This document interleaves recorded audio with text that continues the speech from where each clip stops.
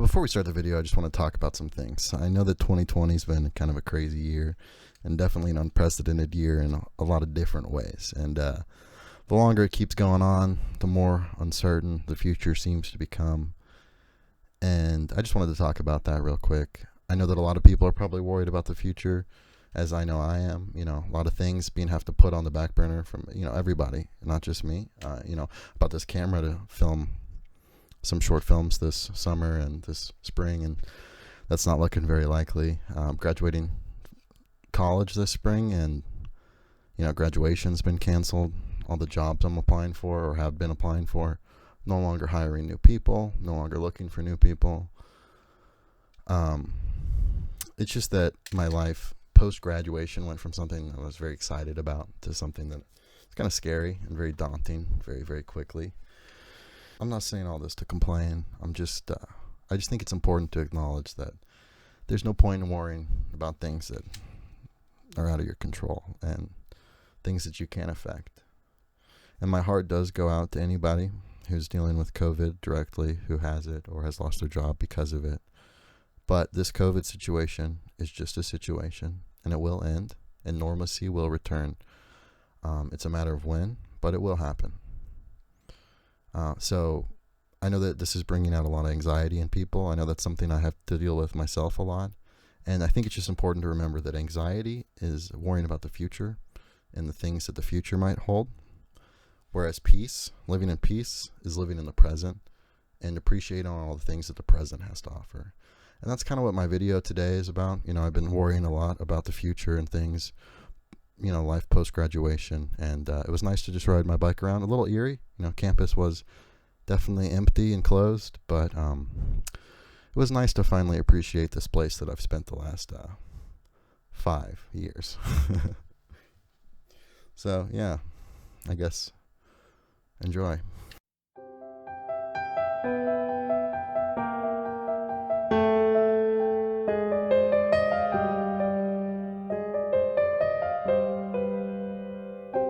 And what I'd like to do now is share with you the essence of getting out of our personal history. Alan Watts described it like this. He said, your life is like a boat, and it's heading up the river at 40 knots. And you're standing on the stern of the boat, looking down as the boat's heading in this direction, and you're looking at the water, and what you see before you is a wake. And he said, you have to ask yourself these 3 questions about the wake. The first question, what is the wake?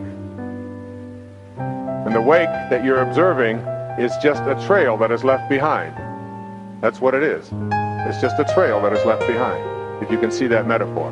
And that's your life. And everything that's ever happened to you up until this moment, it's a wake. And the second thing is, what's driving the boat? That's the second question. That is, what's making your life go in this direction? And the answer to what's driving the boat is the present moment energy that's being generated by the engine. And nothing more. That's the only thing that makes the boat go. Now here's the most important question to ask yourself. Is it possible for the wake to drive the boat? That is, can a trail that is left behind make a boat go in this direction? And of course the answer to that is, it's impossible. Can't happen. And most of us, including those of us who are stuck in disease, are believing that the wake is what's causing me to be sick today, or causing this relationship to not work. You have got to be at the knowing place. And so, if you can get out of the wake, you have really overcome the first obstacle to moving into higher levels of awareness.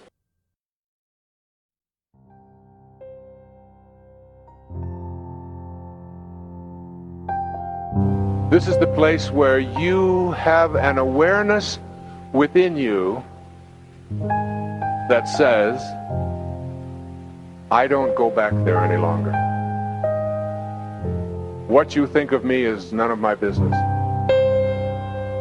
I am free from allowing myself to become immobilized or upset or in any way incapacitated on the basis of what is going on outside of me or how other people conduct themselves.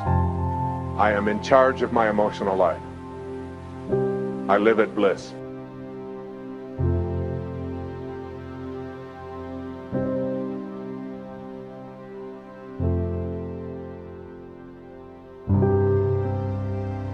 Let's look at this thing from another point of view, which you will at first think highly depressing. Let's supposing we can't do anything to change ourselves. Suppose we're stuck with it. Now that is the worst thing an American audience can hear. There's no way of improving yourself, because every kind of culture in this country is dedicated to self-improvement. Just take jogging, that deplorable practice. It's a very nice thing to run. Shaking their bones and rattling their brains, running on their heels. And because there's a grimness about it, it's determinately good for you. See? Why do you go to school?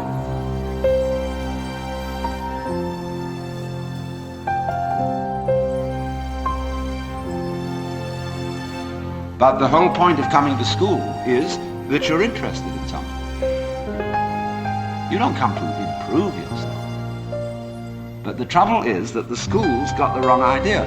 They gave people honors for learning. And the reward for studying French should be the ability to speak French and enjoy reading French and having fun with French people. But when you get a degree for it, then the degree becomes the point in a game of one-upmanship. And of course, one-upmanship is the main business of the educational community today. You learn all the rules of how to be a good professor.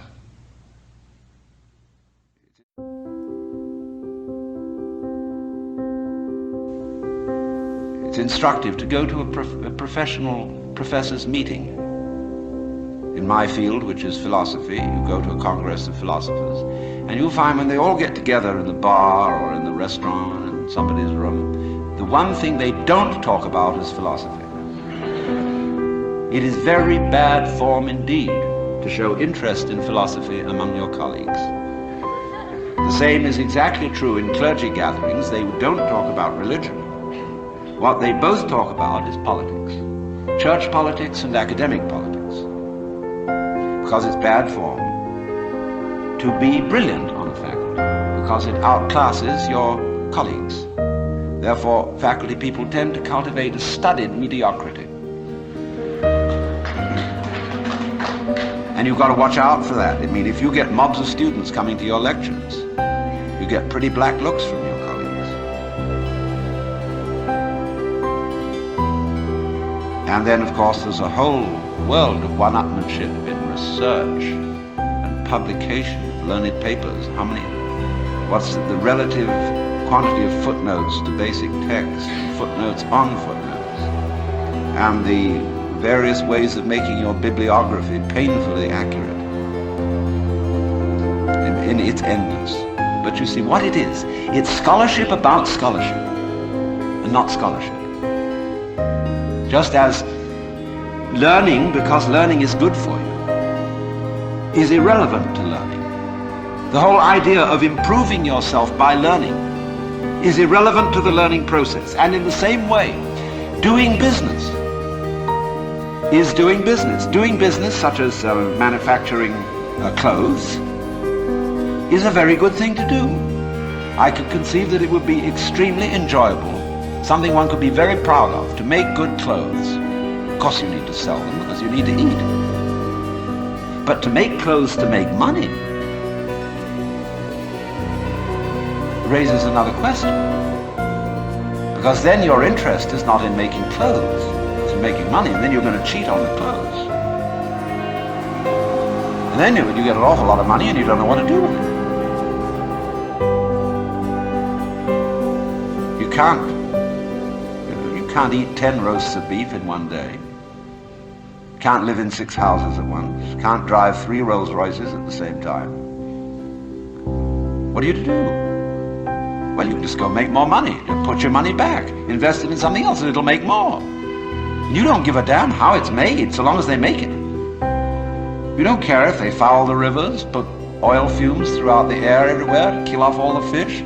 So long as you see these figures happening. You're not aware of anything else. So, you see, you went out to do a self-improvement thing. Making money, you see, is a measure of improvement, a measure of your economic worthwhileness. Or at least that's what it's supposed to be. It isn't anything of the kind. But you went out, in other words, for the status instead of for the actuality. So if, in other words, you do an art, you're a musician. Why do you play music? The only reason for playing music is to enjoy it. If you play music to impress an audience, to read about yourself in the newspaper, you're not interested in music.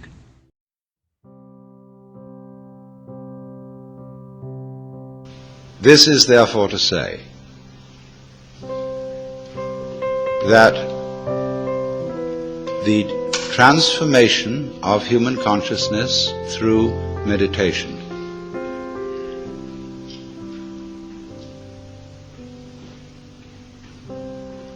is frustrated so long as we think of it in terms of something that I myself can bring about by some kind of wangle, by some sort of gimmick.